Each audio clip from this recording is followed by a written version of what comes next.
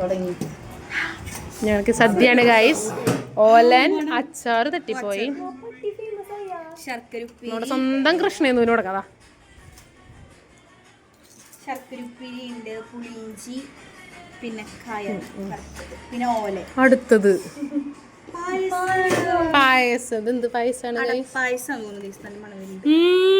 Cash എന്ത് ആദ്യമായിട്ട് ഞങ്ങളടുത്ത് സദ്യ വയ്ക്കുന്ന കുട്ടി.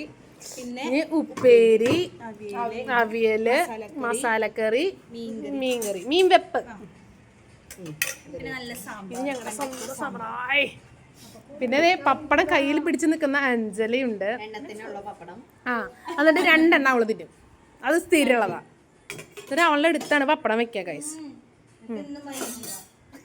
എൻ്റെ എന്ത് സന്തോഷം ഗൈസ്. ഓക്കെ, ചോറ് വിളമ്പോ, വേഗം വേഗം വിളമ്പോ. അപ്പൊ ഞങ്ങളെല്ലാരും ഭക്ഷണം കഴിക്കട്ടെ. ബൈ.